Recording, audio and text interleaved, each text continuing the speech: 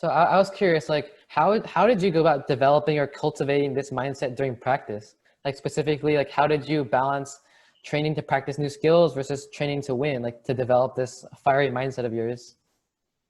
Oh, I had struggled with that. I always wanted to win. Mhm. And I would get yelled at, like in college. Nazim would scream at me, like, "You gotta practice." Go. And I'd be like, "What are you talking about? It's not always about winning. I have to beat them. Like, come on. Like, I can't let this person beat me." And I think that that's why people were more successful than me in college, because I didn't get that. I just didn't get it.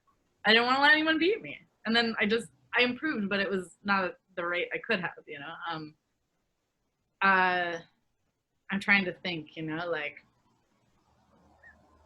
I never really had an issue with a practice mindset. I'm really good at that. I love practice. I never miss practice. I didn't love practice. I remember the one time I skipped practice in college was because we went to like an Obama rally when he was like a nominee. Actually, that was a Jason. Acceptable. And I had to promise one time. But then again, it was like a whole thing, because my coach was like, "You can only go if you meet him," and I was like, "Well, I will." And I did. That's my mentality. It's kind of always been that way. So I guess like I had to learn that at practice I had to practice, or else I wasn't going to better. It's all about like a very slow learning process from I will win all the time. And then it's like, oh wait, you have to think about how you do that. You have to think about how more to winning than just believing going. Yeah.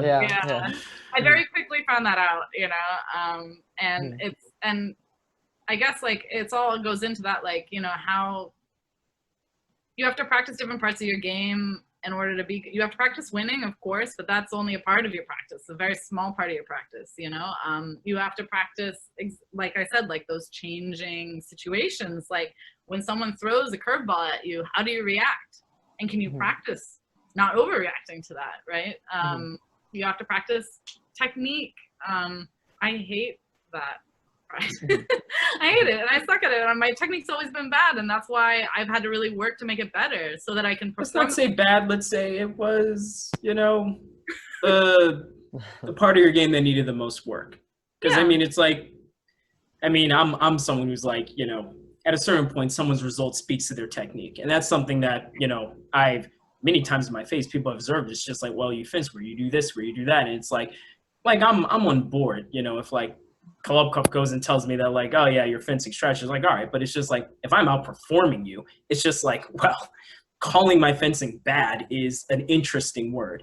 And at times it's like, results speak for themselves. So even if your technique isn't quote unquote good or bad, it's just like the full result of winning and losing is a combination of many factors, technique being one of them. Right, and learning yourself and your own technique and what works best for you, right? Like, and fencing in the U.S., which is where I, of course, learned fencing, is like a very individualistic kind of process. Like, you're not in a system, so you have to figure out, like, how can I build my fencing? And I think this is kind of the genius of U.S. fencing is how can I build the fencing around the person in a way that, like other countries don't.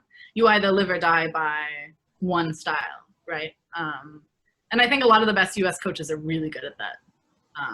Because kids aren't going to be going through this like national system every single time and having the same base and the same, whatever, and I think like I had to learn how to build things around me. And I learned that after college. Once I started switching coaches and again, it was like, how can I build my fencing in my practice around what I'm good at and also about what I want to work on, and learn to take what my coach says to me, and like be able to put it through the filter of me rather than just taking it as like writ, because it's at the end of the day, it's me out there, and I might have a different coach tomorrow. And that's, my coaches are going to kill me for saying that. It's true. I think smart coaches know that, right? Yeah. Sorry, 9 minutes again. I talk so much. Oh no, they're totally fine. They're totally fine.